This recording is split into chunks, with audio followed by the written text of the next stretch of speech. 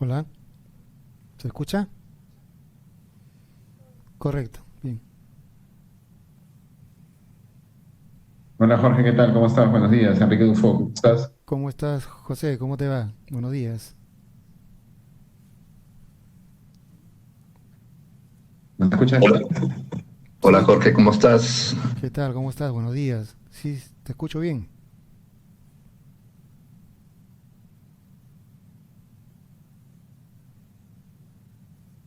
Qué bueno. José, arrancamos. Sí, sí, Perfecto. Gracias Jorge por el tiempo que nos estás compartiendo el día de hoy.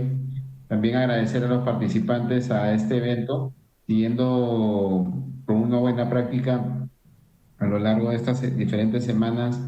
El objetivo de estas sesiones es poder seguir compartiendo eh, mejores prácticas en gestión de activos. En esta ocasión nos acompaña Jorge Villanueva. Jorge es especialista en lo que es monitoreo basado en condición y hoy nos va a contar sobre técnicas predictivas. Estas herramientas complementan nuestra gestión de mantenimiento, además de seguro el uso de un producto como nuestros lubricantes, aseguran a nuestros clientes un correcto y adecuado mantenimiento y operación de equipos. Así que, Jorge, te cedo la palabra. Gracias por acompañarnos y adelante, por favor. Muy bien, José. Te agradezco las palabras brindadas. Como lo dijo José, mi nombre es Jorge Villanueva. Yo trabajo con la empresa Confipetrol y estamos aquí colaborando con Móvil, ¿no? Bueno, soy ingeniero mecánico y me he especializado en las técnicas predictivas, sobre todo en vibraciones, ¿no? ¿Ok? Entonces, y ya les voy a dar unas instrucciones ahí, conocimientos, un poco compartir con ustedes sobre las técnicas predictivas que nosotros desarrollamos en nuestra empresa. Sí, por favor. Bien, técnicas predictivas, dice.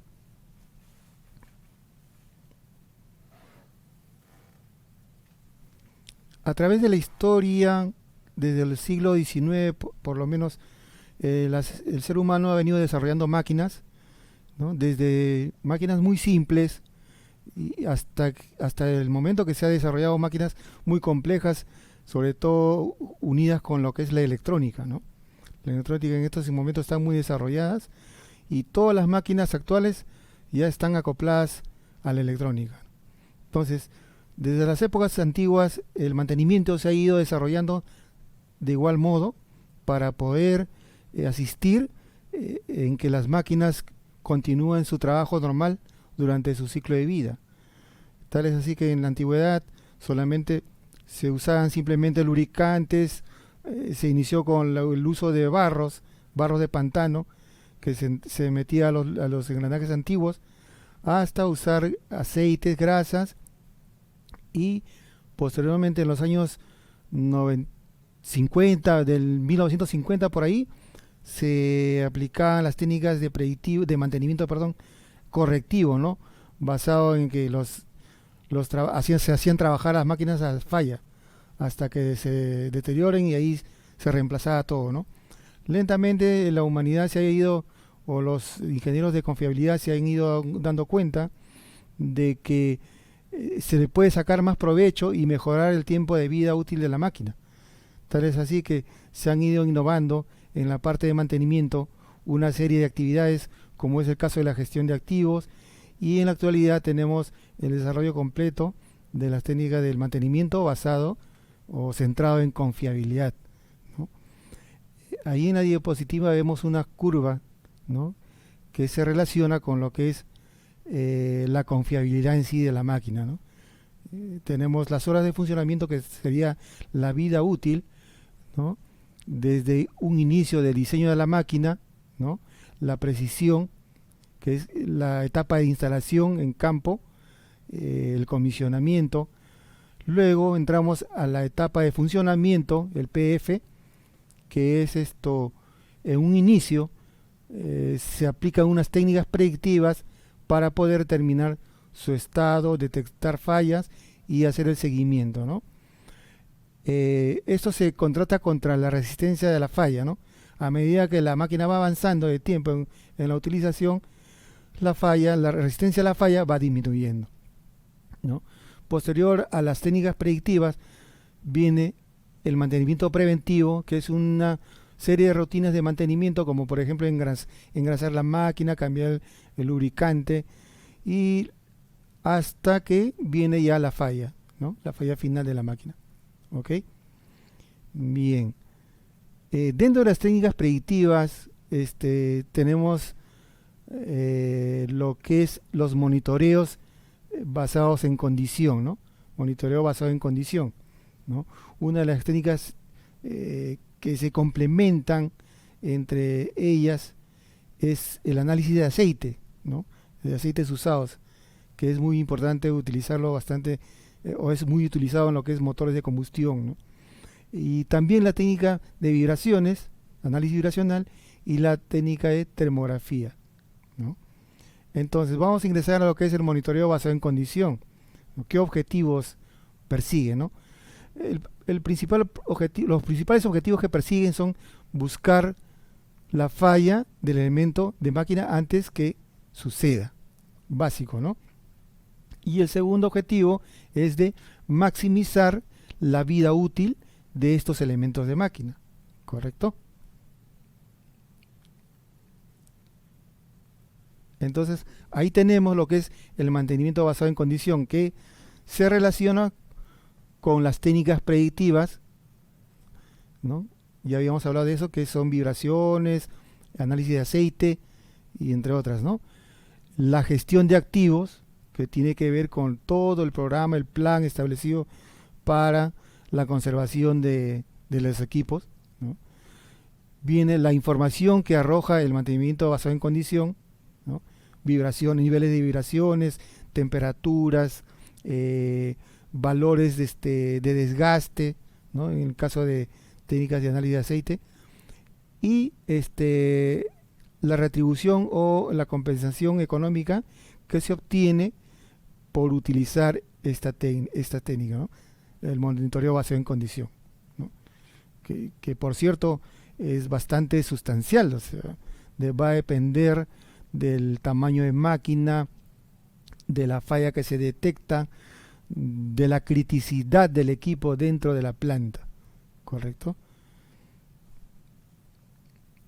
Bien, dentro de las técnicas predictivas tenemos el análisis de la vibración, ¿no?, que es algo primordial que hoy en día se utiliza bastante, ¿no?, y que consiste pues en tomar vibraciones de ondas o captar ondas mecánicas en las máquinas, ¿no?, algo así como captar movimientos sísmicos, ¿no? Tenemos también la termografía infrarroja, que se dedica a la captura de lo que es la emisión de rayos infrarrojos de los cuerpos, ¿no? Todos los cuerpos emiten temperatura y esas temperaturas la emiten mediante rayos infrarrojos. Entonces nosotros captamos esas temperaturas y podemos hacer un gráfico de los niveles de temperatura de un cuerpo. La videoscopía, que ustedes la conozcan, es que es algo directo, ¿no? Es más que todo visual, porque se mete una sonda y se trata de ver al interior de los equipos cómo están sus elementos de máquina, ¿no? También tenemos el balanceo dinámico, que es una técnica que se emplea para compensar las masas desbalanceadas en un equipo que rota, ¿no? y así disminuirle los niveles vibracionales y las temperaturas. Después está el alineamiento láser, ¿no? Que es una técnica primordial que todos los elementos tienen que tener, que todas las máquinas deben hacerse en cada máquina que se instale, ¿no? Aparte tenemos lo que es el Windron, que se utiliza en lo que es motores de combustión y con motocompresores, que se analiza básicamente cómo está funcionando y su eficiencia de operación, ¿no? Tenemos otra técnica que es en la parte eléctrica, que es análisis dinámico de motores eléctricos, ¿no? Donde se determina todos los parámetros de funcionamiento del motor, valga la redundancia, en el momento que está funcionando, para determinar su eficiencia operativa. Y por último, ahí menciono también lo que es análisis de gases de combustión, ¿no?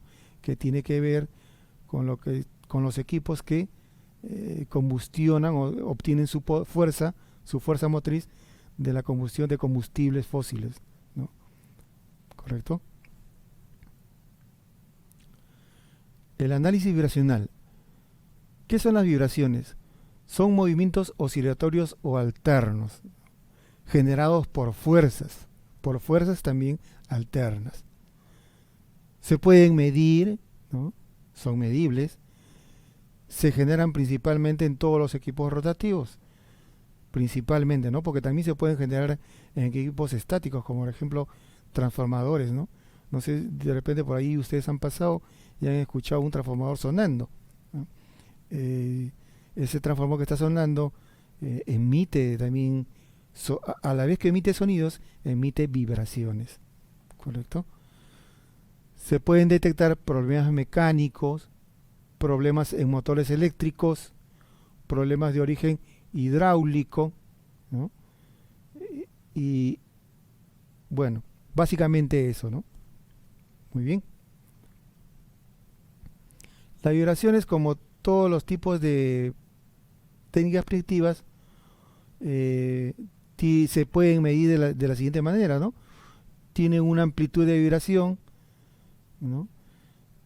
Que se mide en desplazamiento, velocidad o aceleración, ¿no? Con sus respectivas unidades. El desplazamiento se mide en pulgadas o milímetros. La velocidad la puedo medir en pulgadas por segundo o milímetros por segundo.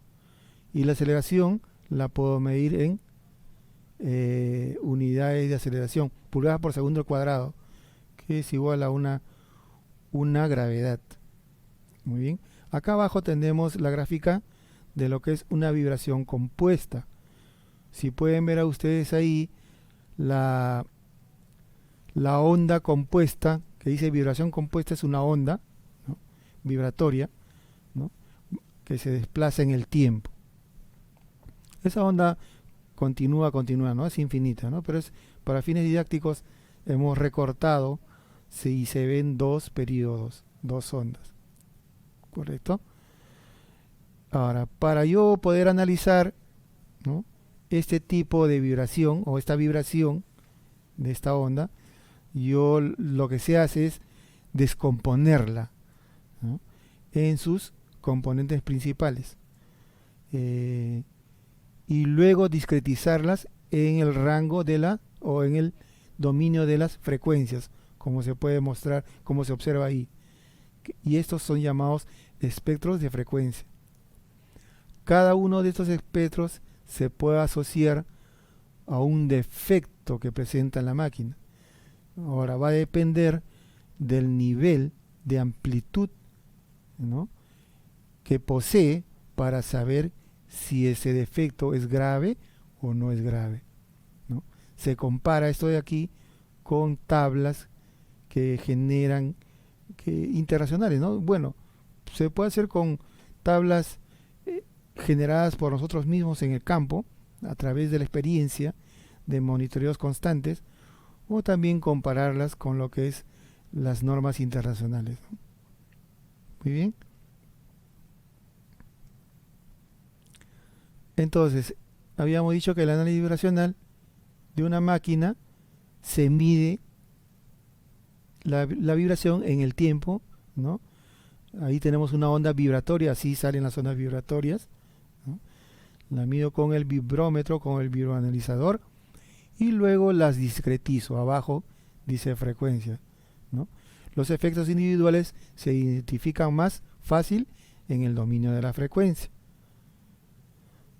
Por ahí se escribe una nota diciendo que hay circunstancias en donde la forma de onda nos proporciona más información que el espectro. Eso es cierto, ¿no? Para los que en algún momento de repente se quieren especializar en lo que es técnicas de vibraciones o técnicas predictivas, esto va a ser muy importante, porque en realidad se va a poder dilucidar las fallas tanto en la onda del movimiento, de la vibración, gráfica arriba, como también en el dominio de la frecuencia. Hay patrones que nosotros podemos comparar y obtener pues un veredicto acerca de qué está sucediendo dentro de la máquina. Muy bien. Una vez que nosotros hemos hecho nuestras mediciones de vibraciones y llevados a lo que son espectros de frecuencia, ¿no? Podemos determinar estos tipos de fallas, ¿no? Desbalance, desalineamiento, ¿no? Ahí al costadito de la figura se muestra el tipo de espectros que presenta, ¿no? Por ejemplo, el desbalance me presenta un pico, ¿no? Que es 1x, que significa 1x por la velocidad de giro de la máquina, ¿no? El desalineamiento me muestra 1, 2, 3, hasta la tercera orden, se llaman armónicas, ¿no? La holgura, que es un desgaste del cojinete o de la bocina donde está incrustado o puesto el eje, muestra, cuando se desgasta, muestra una serie de armónicas, como ustedes pueden observar ahí. Ahora, la soltura, que es un aflojamiento de pernos o una base floja, suelta de una máquina, me muestra otro tipo de espectro, ¿no? Me muestra el que estamos viendo ahí, 1 por x radial, ¿no? También tenemos una polea excéntrica que nos puede mostrar una excentricidad, y podemos ver ahí que los espectros son 1x del ventilador, 1x del motor, y bueno, se muestran más armónicas respectivas, ¿no? Un eje doblado o combado también me puede presentar ese tipo de espectros, ¿no? 1, 2x. Entonces, como ven, de esta manera yo puedo identificar a través del análisis de vibraciones qué falla o qué dolencia o qué mal tiene una determinada máquina, ¿no? Claro que en algunas veces esto es bastante aproximado, ¿no? Porque en realidad estas técnicas son estadísticas más que todo y de aproximación. Pero bueno, ahí ya entraría la experticia del analista para saber cuál o tal falla está generando problemas dentro de la máquina, ¿no? Entonces, bueno, el análisis vibracional hay que saber en qué máquina aplicarla, ¿no? Porque no se puede aplicar definitivamente y obtener un buen resultado en todas las máquinas, ¿no? Como por ejemplo el motor de combustión interna, ¿no? Que ese de ahí te manda una serie de espectros que son muy complicados de analizar, ¿no?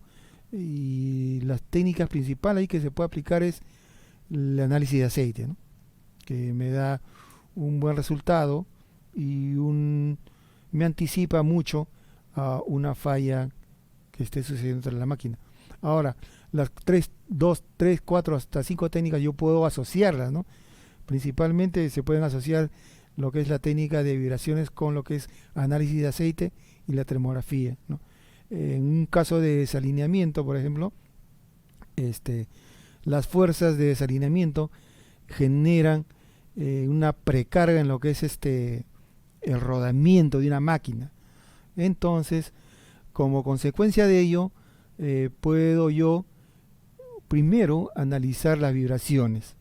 Voy a obtener, como ven ahí, desalineamiento, ese tipo de vibraciones de espectros, vibraciones elevadas. Voy a obtener, segundo, puedo hacer una termografía. Voy a obtener una temperatura elevada en el rodamiento. ¿Por qué? Porque tiene una precarga, o sea, se está forzando la máquina sobre el rodamiento, ¿no? Y tercero, voy a ver el análisis de aceite. Voy a encontrar partículas metálicas por desgaste, ¿no?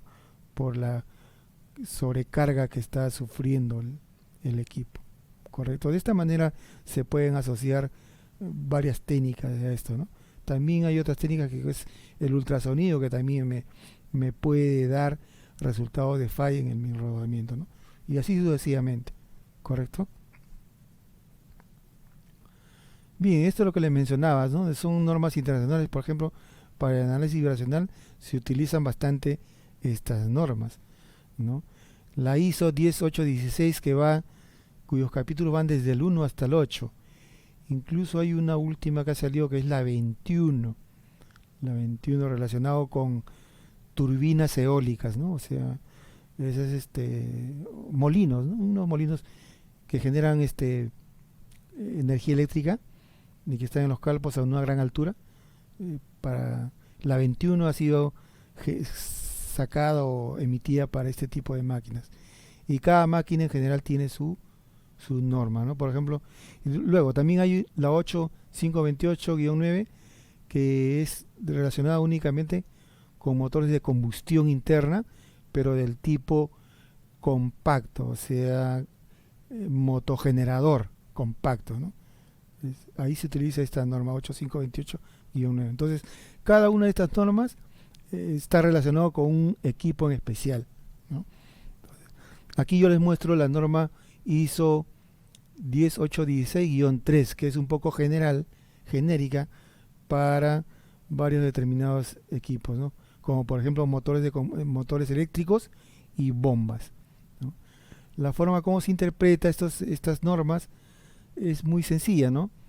Depende de la base, cómo está anclada la máquina, si es una máquina rígida o flexible, la capacidad de la bomba, ¿no? La potencia o el tamaño del motor eléctrico, la altura sobre el piso, y entro con lo que es en el eje de abscisas con los valores, ¿no? No sé si pueden ver ahí los valores, punto 43, punto 28, punto 18, punto 14, punto 11, ¿no? Son valores de vibraciones. Al costado está 11, 7 puntos, que es su equivalente en las unidades milímetros por segundo y pulgadas por segundo. Esto de acá son vibraciones, ¿no? Vibraciones en unidades de velocidad, ¿correcto? Entonces, por ejemplo, si yo tengo una bomba o un motor eléctrico que vibra a 2.3 milímetros por segundo, RMS, ahí como vemos, entonces si está entre 15 a 300 kilowatts, yo podría decir que y es una base rígida, puedo decir que está en la B, ¿no? Se observa, ¿no? 2.3 rígida, y en el grupo 2, rígida del grupo 2, puedo decir que está en la B, ¿no? En la sección B. ¿Y qué significa? La máquina puede operar indefinidamente, ¿no? Entonces, de esta manera puedo yo determinar los niveles de vibraciones y juzgar si el equipo está bien o no está bien. O puede seguir operando o no puede seguir operando. Así de sencillo, ¿no? ¿Correcto? Muy bien. Bueno, esto es en cuanto a normas. Equipos, puedo tener muchos en el mercado, ¿no? Desde los más antiguos que vemos allá al lado derecho, un Bentley, no sé si se puede apreciar la marca, es un equipo muy antiguo, y se han ido desarrollando también a través del tiempo, ¿no? Hasta los modernos equipos que tenemos ahora, ¿no? Un BioExpert, tenemos un Microlog, tenemos el CEMAPI y una serie de equipos, ¿no? Que están en el mercado, que poco a poco se han ido desarrollando. Muy bien. También se usan osciloscopios para medir las vibraciones, porque en realidad son ondas, pues, son ondas mecánicas, ¿no? Bien, acá quería presentarles unos casos que nos ha ocurrido, que hemos podido rescatar de toda nuestra interminable labor de análisis, ¿no? Por ejemplo, esto de acá es una bomba pequeña, no es una bomba grande, pero en un inicio, si vemos el espectro inferior, lado izquierdo, ¿no? Vemos unos recuadritos de verde, ¿no? Esos recuadritos de verde me indican una falla de rodamiento, ¿no? Que un inicio era pequeñita, ¿no? No pasaba más, ¿no? Si vemos al lado derecho, en la parte inferior, vamos a ver una serie de tomas a través del tiempo, ¿no? Las tomas se inician en el 2017, en marzo del 2017, ¿no? Entonces, con un valor de 1.25 milímetros por segundo, ¿correcto? Que más o menos este es un valor global total de la vibración, que yo en el espectro la disocio, como se ve en el lado izquierdo, y sale esos cajoncitos verdes que corresponden a la falla del rodamiento.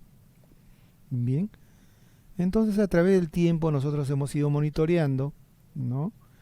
Y ha llegado un momento en que el nivel de vibración llegó hasta 6.64, como tenemos ahí en el 2018-01. Fíjese cuánto tiempo ha pasado en monitoreo en desarrollarse la falla. Entonces, más o menos ya va un año, ¿no? De 2017, de marzo de 2017 a enero de 2018, ya va prácticamente un año, ¿no? Y siguiendo constantemente el monitoreo, cada mes a mes, ¿no? Entonces y finalmente de ahí se decidió intervenir, ¿no? Se reparó la máquina, se encontró el rodamiento completamente malogrado, con defectos, ¿no? Y nuevamente, post reparación, se realizó el monitoreo, y en marzo de 2018 se obtuvo ese nivel de vibración, 1.09 milímetros por segundo. O sea, bajó, ¿no? Se llegó a niveles normales, ¿no? Diríamos yo.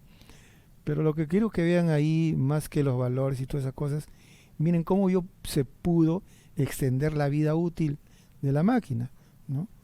Si yo hubiese querido, podría haber desarmado el equipo en agosto del 2017, pero como esto era no era tanto un experimento, porque esta bomba es de una central central térmica, ¿no? De motores de combustión. Entonces pero bueno, como tenía un stand-by, decidimos continuar a ver hasta dónde se podía llegar, ¿no? Entonces pudimos alargarle la vida útil, porque ya desde un inicio mostraba efectos de falla de rodamiento, ¿no? Posteriormente, hasta los 6.64, los niveles ya se habían incrementado, como se ve ahí en el gráfico superior, ¿no? Los niveles incrementados, familias de espectros y todo lo que conllevaba ya a una falla catastrófica, ¿no? Una falla catastrófica que podía incluso generar amago de incendio. ¿Por qué? Porque no se ha dado la reparación del equipo, ¿no?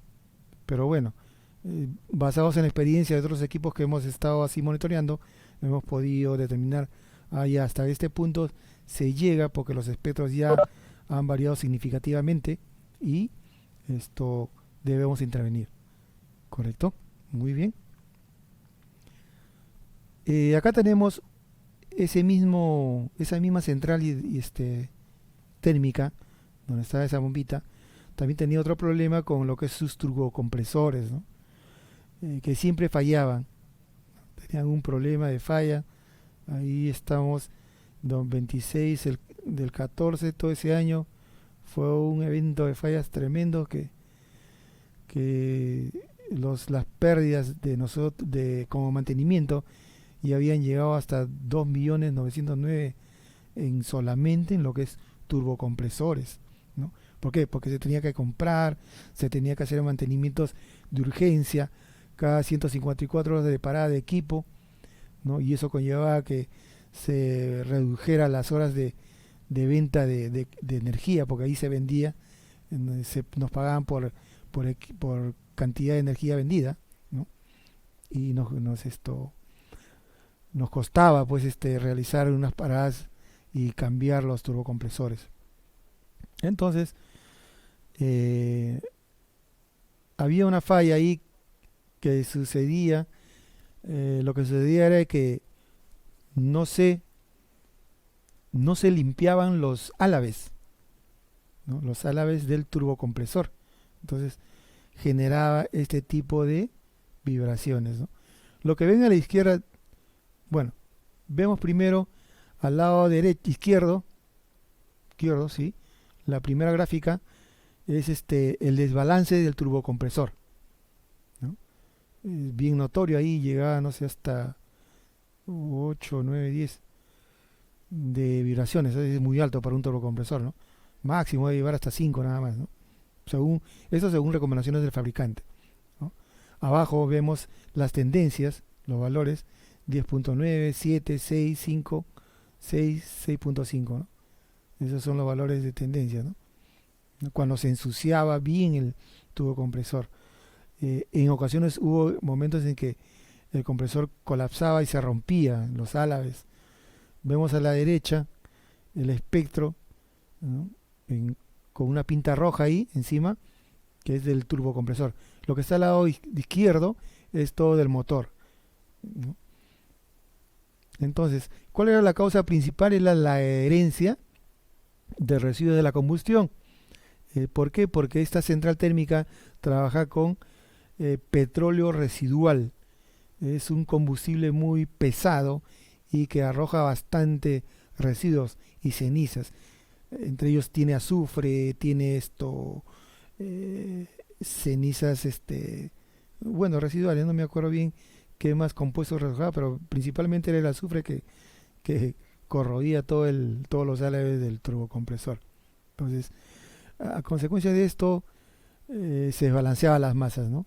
Entonces, una forma de mitigar este problema era, el manual lo decía, ¿no? Lavando cada cierto tiempo el turbocompresor, ¿no? Y eso no se hacía, ¿no? Se había dejado de lado esa práctica muy importante que era la lavada del turbocompresor.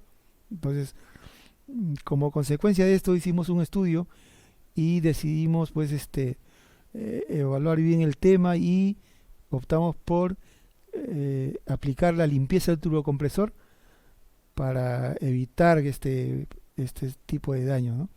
Entonces resultó muy bien porque las vibraciones en un principio disminuyeron bastante, ¿no? Por debajo de 5, y como se puede notar en las tendencias, y también se pudo alargar los periodos de reemplazo y de reparación y de mantenimiento de las máquinas, de los turbocompresores, ¿no?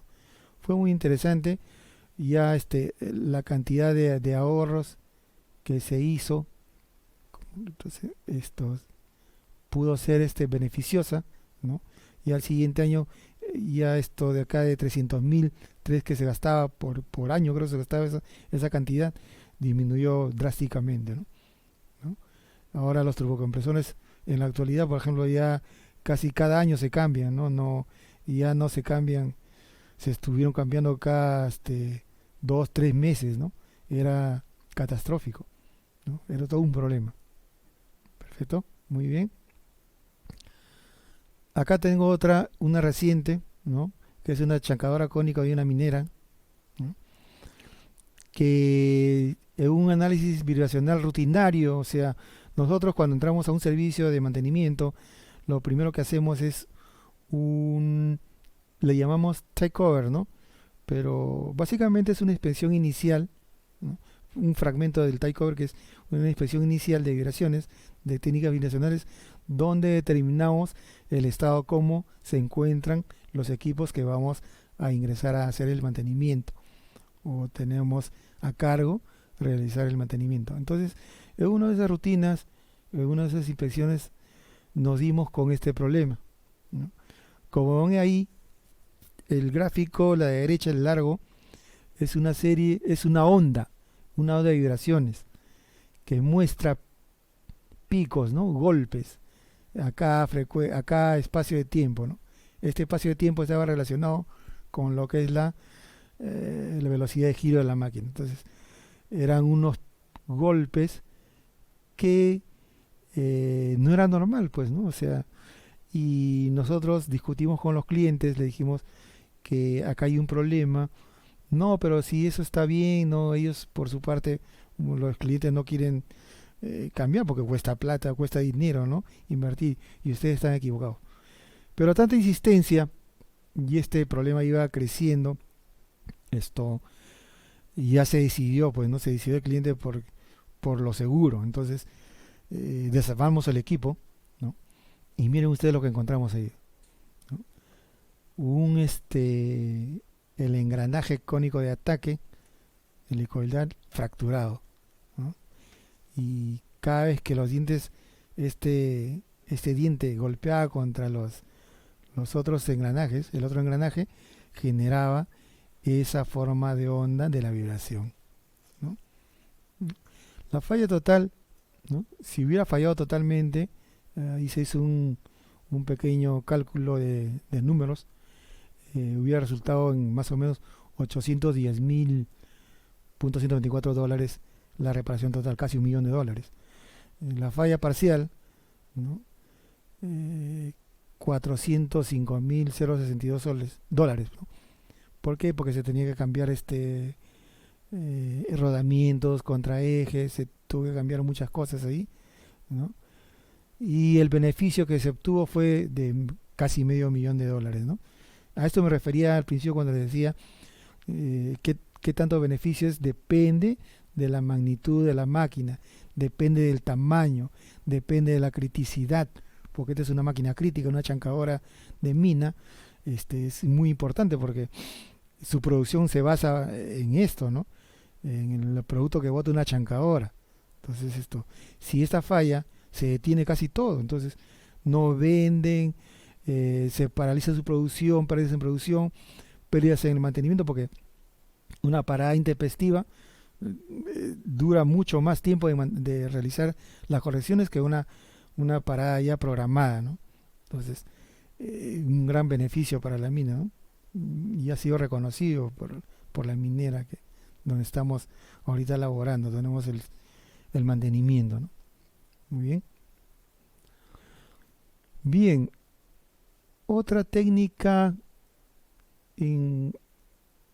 que aplicamos en lo que es inspección predictiva es la termografía infrarroja, ¿no? ¿Qué es la termografía infrarroja, no?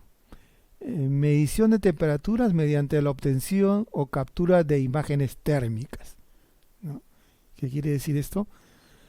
Que medimos temperatura con este equipo, ¿no? Es la medición de temperaturas básicamente, ¿no?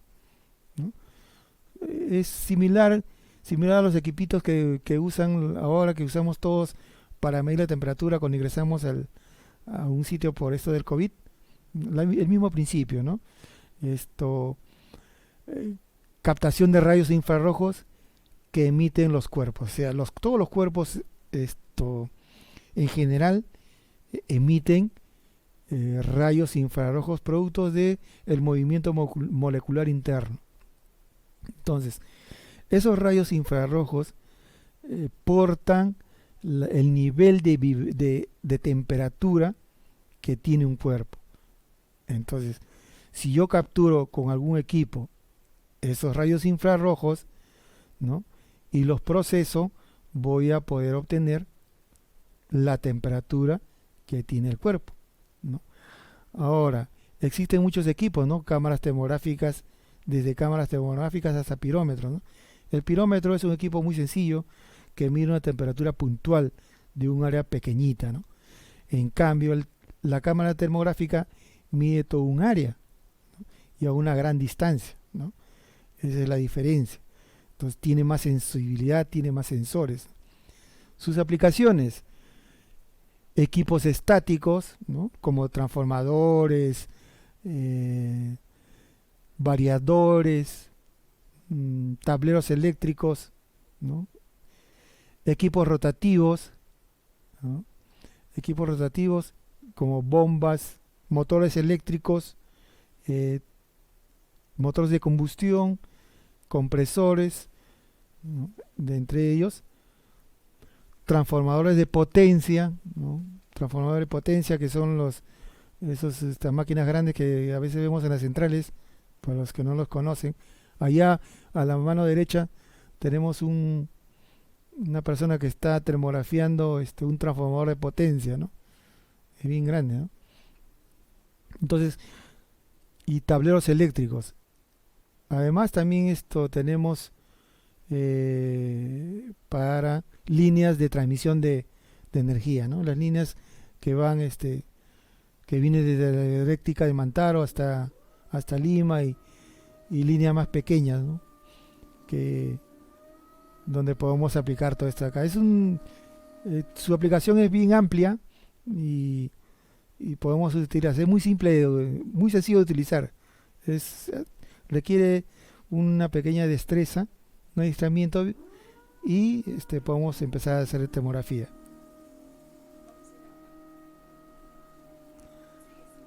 Sí. Bien, ahí tenemos una cámara termográfica, ¿no? Básicamente consta de un sensor. Claro, es un equipo electrónico que está por adentro, tiene un montón de componentes electrónicos, pero vamos a hacerlo sencillo. Tiene un lente adelante, por atrás tiene un sensor y ese es el campo visual al que él accede, ¿no? Todo ese marco, todo ese campo visual delantero es el área que él puede captar, ¿no? A una cierta distancia, ¿no? Dice, ¿no? El principio es que todos los objetos emiten energía en forma de calor, o sea, rayos infrarrojos, donde se transporta la temperatura. Muy bien. Ahora, los sensores, 12.280, 19.200, 76.800 sensores. ¿Qué significa? Es el cuadrito que les decía, el sensor.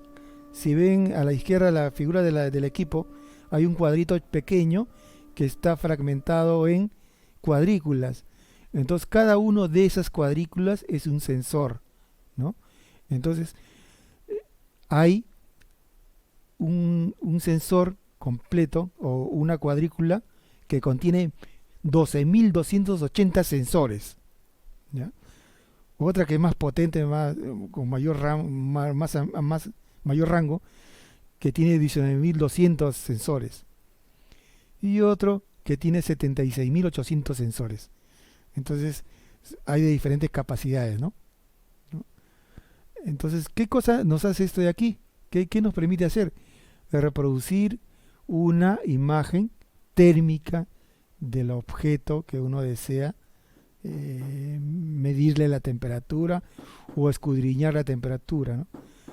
Esto no es simplemente que me da un valor, sino que me da un campo de temperaturas, un área de temperaturas. Yo puedo ir con un software e ir midiendo o verificando la temperatura en cada punto del área captada, ¿no? La sensibilidad de estas máquinas bordean de un séptimo de un grado Fahrenheit, o sea, de un séptimo de un grado Fahrenheit de diferencia, ¿no? Entre sensor y sensor, ¿no? ¿Ok? Bien. ¿En qué se utiliza? Mantenimiento.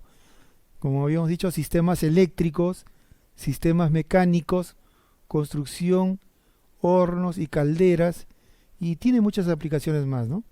También se usa para la medicina, pero bueno. Uso y aplicaciones: puntos calientes en equipos eléctricos, tableros y celdas, ¿no? Ya habíamos visto eso. ¿Cómo que se detecta ahí? Se detectan puntos calientes, a veces la mala conexión, un ajuste defectuoso de los pernos de de las borneras, ¿no? De las máquinas, de los motores eléctricos, de los tableros. Puntos calientes en línea de transmisión eléctrica, lo que le mencionaba, ¿no? Las líneas de transmisión que viene del mantaro, por ejemplo, o líneas de transmisión internas de empresas. Podemos ver los Qtao, no sé si conocen lo que es Qtao, son unos fusibles, ¿no? Podemos ver también los empalmes de la línea de transmisión, ¿no? También podemos utilizarlo en calentamiento de motores para ver cómo está la temperatura de funcionamiento de los motores. Las bombas sobrecargadas, ¿no? Generan también temperaturas elevadas porque el flujo se empieza a recircular dentro de ellas, y este flujo, por efecto de la fricción, genera temperaturas, ¿no? Se eleva la temperatura de la carcasa de la máquina. Cojinetes calientes, como es el caso de el desalineamiento que les mencionaba, ¿no? El desalineamiento genera fuerzas que sobrecargan el rodamiento, y por fricción empiezan a calentarse. Eje de motores sobrecalentados también, sobre todo cuando los rotores de motores eléctricos se cruzan, sucede un sobrecalentamiento, un recalentamiento de todo el bobinado de tipo jaula o de ardilla, o bobinado eléctrico con espiras para el caso de motores DC, y empiezan a calentar el eje, ¿no? Entonces yo puedo tomar la temperatura en el eje y verificar cuántos grados tiene, ¿no? O captar una imagen térmica. Ahí tenemos imágenes térmicas de las líneas de una persona también que se puede tomar, las temperaturas, ahí estamos viendo. Cada color me indica una cierta temperatura. El más rojo, ¿no? El más oscuro y rojo es el de mayor temperatura. No, perdón, al revés. En el caso de ahí de la cara, es el de mayor temperatura, es el amarillo, y el rojo va disminuyendo. En el caso de la bomba abajo también, ¿no? Aquí si el rojo es más alto, ahí vemos la escala, y el azulito es el más bajo. Muy bien. Aquí vemos algunos ejemplos de problemas de temperatura. Por ejemplo, este es un variador de frecuencia, donde vemos que una de las conexiones, el tornillo se ha recalentado, ¿no? Mira hasta cuánto han llegado, 529 grados centígrados. Imagínense esa temperatura, ¿no? El agua hierve creo que a 100 grados centígrados, ¿no? Y nosotros como seres humanos podemos tocar creo que hasta 50 grados centígrados, más allá ya no podemos porque nos quemamos, ¿no? Entonces, imagínense, mira, 529 grados centígrados, ¿qué temperatura tenemos ahí, ¿no? Es bien alta. Entonces, menos mal que no se fundió porque, bueno, el acero se funde a mayor temperatura, ¿no? Más sobre los 1200. Pero ahí está, ¿no? O sea, es un problema que ya está generando altas temperaturas y se tiene que actuar, ¿no? Bueno, la acción inmediata fue parar todo el equipo y reemplazar esa conexión, ¿no? Hacer una limpieza, engrasar, poner esas grasas conductivas, ¿no? Que mejoran la calidad de la conducción, ¿no? Y ajustar a su debido torque. Eso es muy importante, ¿no? Siempre los equipos eléctricos tienen sus especificaciones de torque. Generalmente los electricistas van, ajustan y ya está ajustado. Usan, como se dice, el punchímetro, ¿no? No es así. Tenemos que tener un valor real del torque de ajuste, ¿no? En función a eso, tiene que operar muy bien el equipo, ¿no?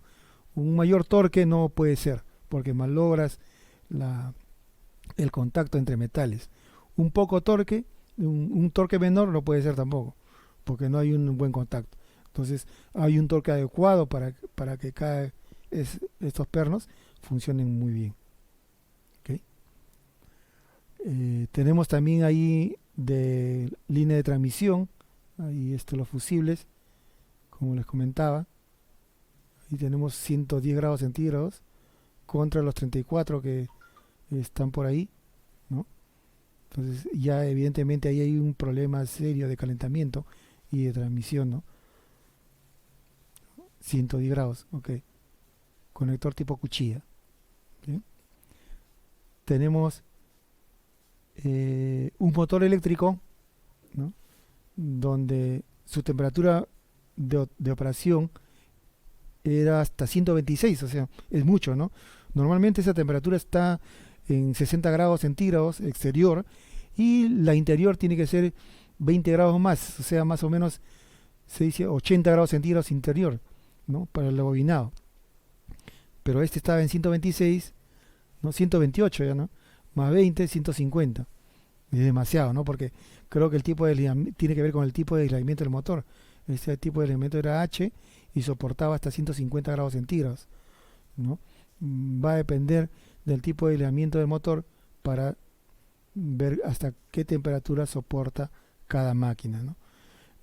Por lo general, bueno, en este motor tuvimos un problema ahí grave porque en principio el cliente como siempre no hacía caso y terminó por quemarse, ¿no?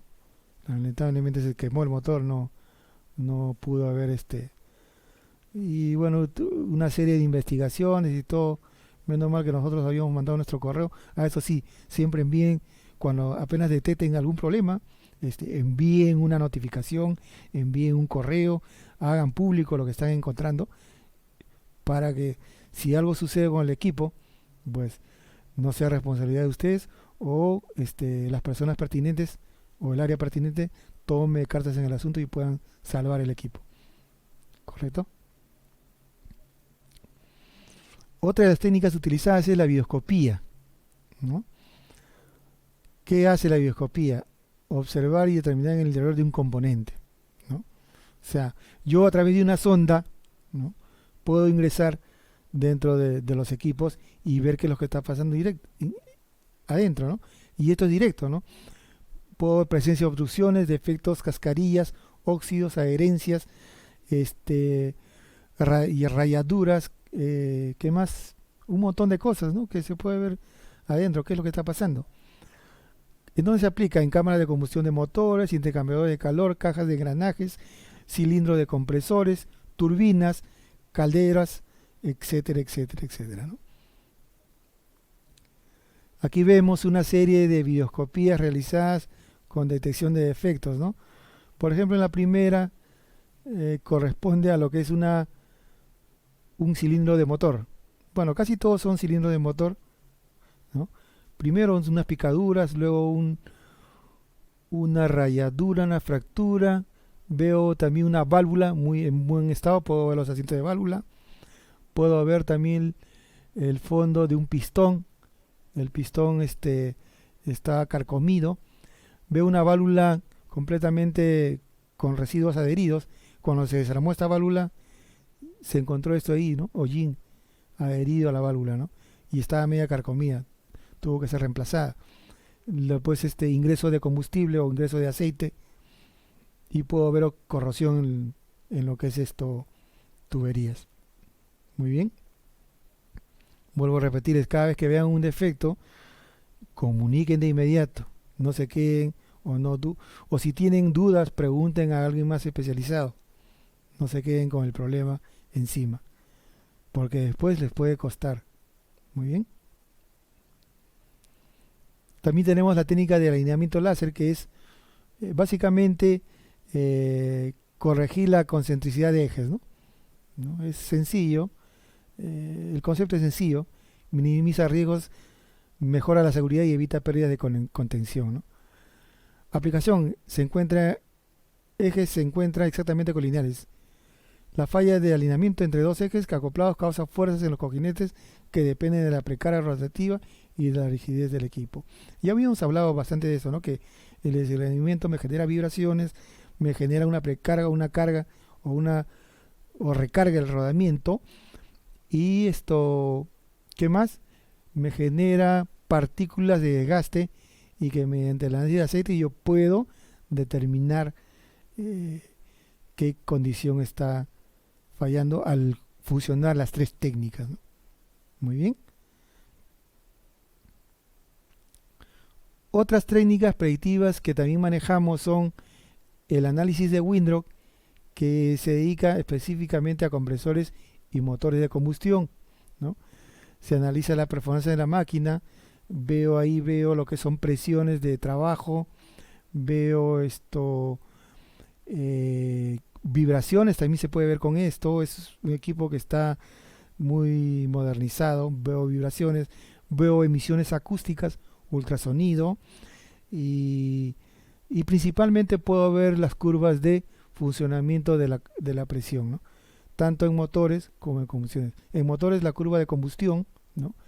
Que es muy importante para ver si está combustionando bien la máquina, si tiene un buen inyector, una buena inyección de combustible, si está en el punto óptimo de operación. Y de compresores, si tengo una buena compresión, ¿no? Del fluido que quiero transportar, ¿no? El balanceo dinámico también analiza la diferencia entre el centro de masas con el centro geométrico de una maquinaria, ¿no? Básico, ¿no? Típico. Hay que, por si acaso aquí las máquinas que se balancean son gigantes, no son tan pequeñas tampoco. Claro, hay pequeñas masas, pequeñas máquinas y hasta rotores muy gigantes, que como estamos viendo ahí en la figura, ¿no? De turbinas colosales, ¿no? Que se balancean. ¿Sí? Balancear pues significa homogeneizar lo que es la masa del rotor, ¿no? En análisis de gases de combustión determina la calidad de las emisiones de gases al medio ambiente en motores de combustión, ¿no? Básico, ¿no? ¿Okay? Bueno, para concluir, como habíamos mencionado en principio, el análisis de aceite, la termografía y el análisis de vibración se complementan, ¿no? Se fortalecen entre sí, ¿no? Y dan un buen resultado en las técnicas de diagnóstico predictivas, ¿no? Ahora, bueno, ahí tenemos de nuevo la curva esta de confiabilidad, ¿no? En lo que es PF, ¿no? En la parte de la falla, ¿no? Para falla, punto de inicio de falla, punto donde la falla es detectable, falla potencial, donde puedo yo determinar hasta dónde puedo avanzar con las técnicas predictivas, ¿no? Y la falla final de la máquina, ¿no? Muy bien.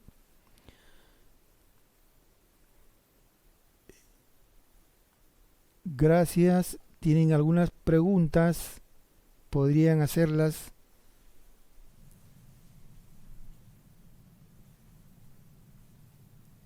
Sí, Jorge, muchas gracias por la exposición, por compartir tus conocimientos. Tenemos un par de preguntas. Voy a empezar con una relacionada a termografías. Nos preguntan cuál es la distancia mínima a la cual se puede tomar una termografía de un poste de red. Bueno, eso en realidad va a depender del tipo de cámara que tú tengas. En realidad la distancia es la cantidad de píxeles que tiene el equipo y la calidad de la imagen, ¿no? Ahora, la distancia, yo tendría que hacer un pequeño cálculo, ¿no? De la distancia máxima que puede tomar la máquina. Eso cada fabricante, cada folleto, cada manual lo trae, ¿no? Entonces, es variable, es bastante variable, ¿no? Puede ser 100 metros con una buena máquina, 200 metros. Por ejemplo, la NASA tiene unas máquinas que toman desde el espacio, ¿no? Toman desde lo que es los satélites y pueden enfocar hasta la Tierra y ver termográficamente un área de kilómetros, ¿no? Entonces eso va a depender de lo que yo quiero tomar y qué equipo voy a tener, ¿no? No hay una cantidad exacta o te puedo decir tantos metros, ¿no? No es así. ¿Correcto? Ok, correcto, Jorge.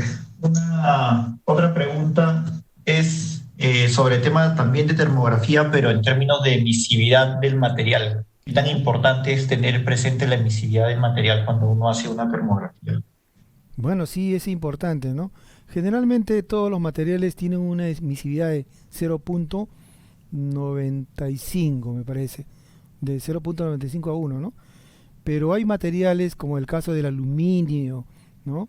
El caso de, básicamente el aluminio, el cobre, o el latón, o el bronce, que tienen emisividades mucho más bajas. Entonces hay que configurar esas emisividades. Si yo voy a monitorear un cuerpo que está hecho de latón o de bronce, entonces mi única opción sería ponerla, ¿no? La emisividad que tiene el bronce, creo que es 0.70, algo así. No recuerdo bien, pero hay tablas para eso, ¿no? Entonces, siempre y cuando yo voy a analizar todo lo que es el bronce, ¿no? Ahora, si yo voy a analizar lo que es aluminio, también tengo que bajarle más la emisividad, ¿no? En el aluminio tengo que bajarle mucho más. Creo que la emisividad en el aluminio es 0.30, 0.20, pero no tengo exactamente el valor, pero en las tablas ustedes pueden hallar. Entonces sí, tengo que bajarle la emisividad. Si yo tengo un horno, por ejemplo, un horno que yo quiero medir la temperatura, ¿no? Y está pintado el horno, generalmente lo pintan con una pintura tipo alumínica, ¿no? Para evitar que fugue la temperatura. Entonces yo, si voy a monitorear ese horno, tengo que bajarle la emisividad, o en su defecto puedo hacer, hay unas cositas ahí que se pueden hacer para yo tomarle normalmente la emisividad con lo que le tomo de 0.95 y luego bajarla en el software y hacer una analogía, ¿no? Pero ese día es tema de un curso de vibración, de termografía, donde nos puede enseñar muy bien ese tema. Pero sí, hay que tener muy en cuenta eso. Ahora, cuando se hace, por ejemplo, en tableros, generalmente las partes de láminas de cobre, ¿no? Están forradas, están pintadas. Entonces, en las pinturas, salvo el aluminio, toda la visibilidad tiene que ser 0.95, ¿no? O están sucias. Si están sucias, mejor, pues la emisividad sigue siendo 0.95, o están corroídas, oxidadas, ¿no? Entonces, no vamos a encontrar algo limpio o algo que no esté oxidado, levemente oxidado, ¿no? O esté pintado. Pero hay que tener mucho cuidado con ese tema. Pero una temperatura, pues, de 100 grados o 60 grados, y si encuentro una que de 500, ni hablar, pues, ni vuelta a quedar, ahí ya no hay nada que ver con lo que es la emisividad, ¿no? Claramente se está viendo que, salvo que sea, como le digo, una superficie muy reflectiva, ¿no? Muy reflectiva, que es en el caso del aluminio, del metal, ¿cómo se llama este metal? Mercurio, ¿no? Que sea ahí sí hay que tener mucho cuidado con la toma de temperaturas. Muy bien. Listo, gracias. Y tenemos una pregunta adicional ya con respecto a vibraciones. Vamos a ver si la hago de forma correcta. Nos preguntan si los armónicos fraccionarios de un XRPS son siempre relacionados a holgura mecánica, o en qué otro fenómeno los puede encontrar y cómo diferenciarlos. Bueno, los armónicos de un medio, órdenes inferiores, o 1.5, los puedo encontrar en solturas. Sí, eso sí es cierto, ¿no? En solturas lo puedo encontrar. Pero también puedo encontrarlos en lo que es movimientos orbitales de ejes con chumaceras, o ¿cómo se llama? Con chumaceras de Babbitt, donde puedo obtener vibraciones fraccionarias, ¿no? Por efecto de las cuñas o remolinos de aceite, ¿no? Básicamente puedo obtenerlos ahí, y también puedo obtenerlos en lo que es las vibraciones de los motores de combustión, ¿no? Porque ahí tengo la media armónica, la armónica y media, 2.5, y el motor de combustión tiene que ser de 4 tiempos para yo poder obtener órdenes de esa naturaleza, ¿no? Básicamente en esos 3 tipos de vibraciones podía obtener yo armónicas, medias armónicas o subarmónicas. Muy bien. Muchas gracias, Jorge. Bien, gracias a ustedes. Muchas gracias. Jorge, muchas gracias por habernos compartido digamos, esta presentación que básicamente buscaba permitirles a todos los participantes aperturar dentro de las técnicas predictivas todas aquellas que tú nos has comentado y que son válidas en términos de que al final del día nuestra labor también puede ayudarse, digamos, de todas estas soluciones, pero integrarlas en la interpretación, ¿no? Que, como comentaste en alguna parte de tu presentación, es de mucha ayuda cuando uno quiere, sobre todo, ahora que hablamos mucho del monitoreo basado en condición, debemos mirar tendencias, digamos, cuál es el comportamiento que están teniendo nuestros equipos a través de estas herramientas que nos permiten ver en la curva PF cómo se podría presentar una situación de falla temprana, porque es relevante que nosotros utilicemos correctamente estas herramientas, le demos el valor suficiente, las utilicemos, porque esto determina, al final del día, la confiabilidad y la disponibilidad del equipo, ¿no? El activo principalmente busca tener, o las empresas han hecho una inversión en función de que este activo se mantenga productivo, operativo, disponible y confiable. En función de que este activo se mantenga, eso se asegura el retorno de la inversión, ¿no? Entonces, la toma de decisiones a tiempo permite evitar que el fallo se presente, ¿no? Y ahí hablamos de la parte proactiva del mantenimiento, ¿no? Pero también poder determinar la posibilidad de la falla catastrófica, que es la parte predictiva, es aquella que nos permite también cuidar nuestros presupuestos, ¿no? No caer en situaciones de correctivo o de cambio de componentes que al final del día nos desvían de algunos objetivos predeterminados y que podrían también al equipo sacarlo de producción, y por lo tanto al sacarlo de producción. Así que nuevamente muchas gracias a todos los asistentes. La próxima semana vamos a entrar un poco más en detalle en lo que es el monitoreo de condición, así que los invitamos, les vamos a hacer llegar la comunicación correspondiente para que ustedes se inscriban. Gracias por acompañarnos y por favor, de forma especial les pido que llenen la encuesta que ha aparecido ahí en sus pantallas, de tal manera de darnos información para nosotros continuar mejorando o poner nuevos temas a disposición. No se olviden que tenemos nuestra página Genius, visítenla, ahí van a encontrar material interesante y podemos tener una comunicación mucha más fluida de cara a todo el tema asociado a poder sacar adelante en esta coyuntura nuestras operaciones. Muchas gracias y nos vemos el próximo jueves.